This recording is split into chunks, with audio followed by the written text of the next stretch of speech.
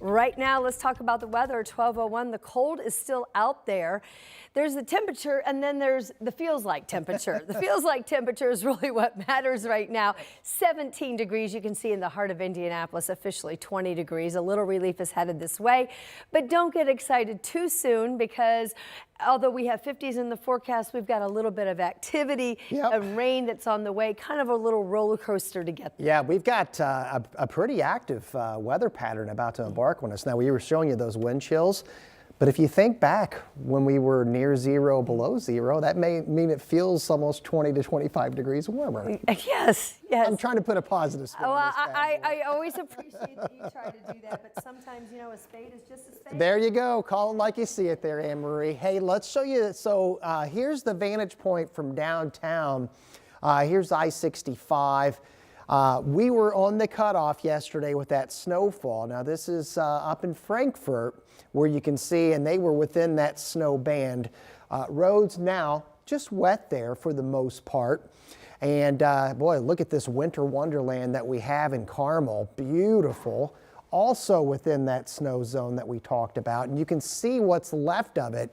It was very persistent. Lafayette, Tipton, Muncie, Anderson. Many areas right in this zone here, 2 to 3 inches from that snow zone yesterday. Now, 29 here in Indy, 31 in Shelbyville. Let's take these temperatures, compare them to 24 hours ago. 10 degrees warmer. Going to be a pretty decent afternoon for us.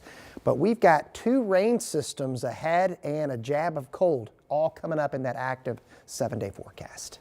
All right, thanks so much, Sean. And don't forget, you can also track of weather wherever you are. If you have the Live Doppler 13 weather app, it's a free download and you can find it in your phone's app store. Other news now today or about what happened after IMPD shot a man on the southwest side of Indianapolis. 13 News got cell phone video showing the moments immediately after that shooting. So now we want to show you the video that shows the moment that the man who was shot was surrounded by police. Again, this is an incident that happened on the southwest side, Waldemere Avenue near Washington and Lyndhurst. And this here is cell phone video showing the man and the incident there of the scene. This was taken by an onlooker there. There's officers there running. We did get other video as well. And this is here what you see, the man on a gurney headed to the hospital. At last check, police tell us he's in stable condition. IMPD tells us this all started yesterday around 3:40 in the afternoon. Police got a call for shots fired at an apartment complex on South Keel. When IMPD arrived, the 911 caller told officers a man with a gun took off. IMPD says they ran after the man. Officers gave him verbal commands, and during that time, he reportedly shot at a police cruiser. One officer then shot at him. 13 News spoke with a woman nearby when that shooting happened. The only thing I saw was people running and cops everywhere and the kid running. And there was customers running back to their cars because of gunshots. So you could see there, this is the EMS crews that are on the scene. We're told the officer who fired the shot is on leave while the investigation is getting underway. IMPD also saying today they believe the man may have suffered a mental health crisis before and during that incident. The investigation continues. Also today, in response, the police union speaking out about the incident. Rick Snyder, the president of the FOP. Another tragedy was averted as an armed suspect allegedly fired upon IMPD officers. Fortunately, no officers were struck, but officers were forced to defend their lives and stop a lethal threat posed to others that are in the area. Snyder says every day officers face unknown threats, often involving offenders with guns. Add up the numbers, he says this year, at least 322 officers were shot in the U.S. by the end of last month. More online at WTHR.com. An update now on that gun that was used in this incident, the killing of the United Healthcare head. It's called a ghost gun. You can see video of it there as we go in closer as we focus in on that gun. Our Rich Knight visited the ATF to learn more about the prevalence of weapons like these ghost guns right here in Indiana. The commercially made firearms, they're equipped with the required serial numbers, where this one is just blank, and again, it makes it untraceable. Ghost guns are homemade, built from kits, or made by a printer. Me as a private citizen, I can make a firearm for my personal use, and it's perfectly legal. The problem is if I make a firearm and then I try to transfer it to you, that's where it becomes illegal. The ATF says the number of ghost guns used in crimes across the country grew by 1,000% between 2017 and 2021, with 25,000 ghost guns seized in the United States in 2022. That led to stricter federal regulations on the definition of firearms. Firearm made from a parts kit, so again, it's very clean cut. You know, the grooves and everything go together really well.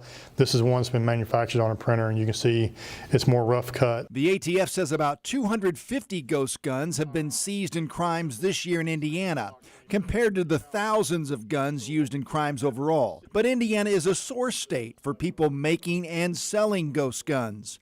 No serial numbers give police no easy way to track guns used in crimes. So if you pick up a firearm and you notice it doesn't have a serial number on it, or maybe some of the characteristics are just a little off, you probably should start questioning the person you're dealing with and why they need that firearm.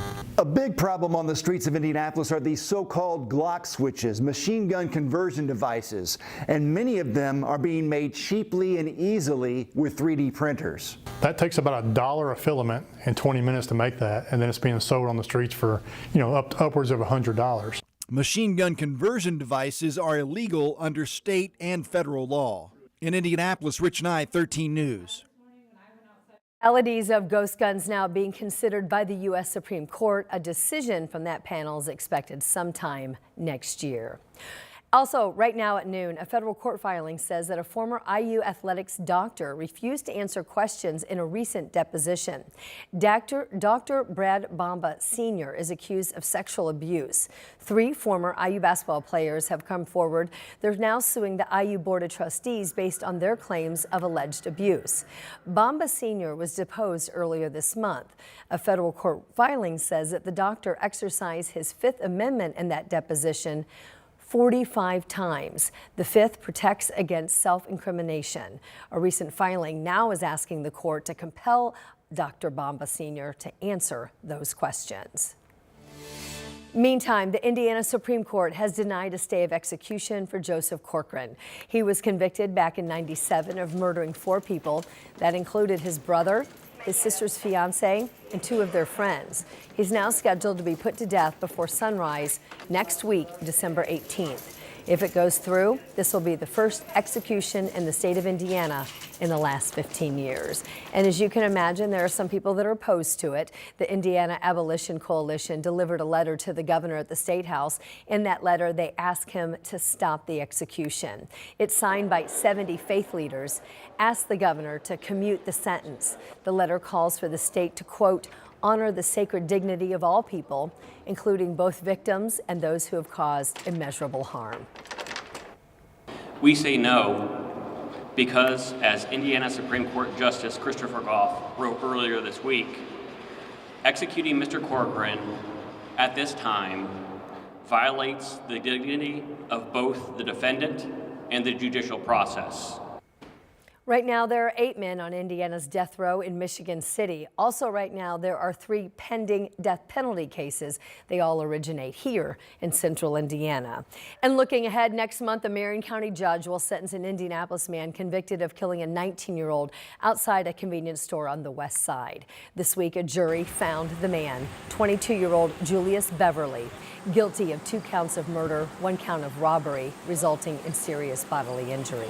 Investigators say that security video showed Beverly get into Kalen White's car, fire several shots in September of 2022. White died after that shooting. Beverly's sentencing now set for next month, January 6th. Right now, investigators are taking a look to see what started a deadly house fire in Hamilton County up in Westfield. It started around 8:30 in the morning yesterday in the Pine Ridge subdivision. While on the way to the fire, crews learned that there was someone in the home. There was smoke that was pouring out of the garage. Firefighters found the person dead in the home upon arrival. Now, the Hamilton County Coroner's Office is charged with determining how that person there died. Today we have an update on a firefighter who was killed while battling a house fire. The Winchester Fire Department says it happened yesterday near Watson and Brown Streets in Winchester. Rick Sanders started to feel ill at the scene. He ended up going into cardiac arrest and went to the hospital, and we're told that's where he later died. An autopsy today is expected. Sanders leaves behind a wife, 4 children, and 4 grandchildren. Now we want to get you up to date on this situation and the traffic that we've been monitoring here recently on the west side. Here you're looking to the north. You can see that semi there on its side causing quite a lengthy backup. This is on I-465 near US 40. Again, this is on the west side of Indianapolis right now at this hour. We're getting the latest images here from INDOT. We're working to find out if anyone is hurt, but big delays not only in the southbound, but also there in the northbound lanes of I-465 on the west side during this noon hour. Sean.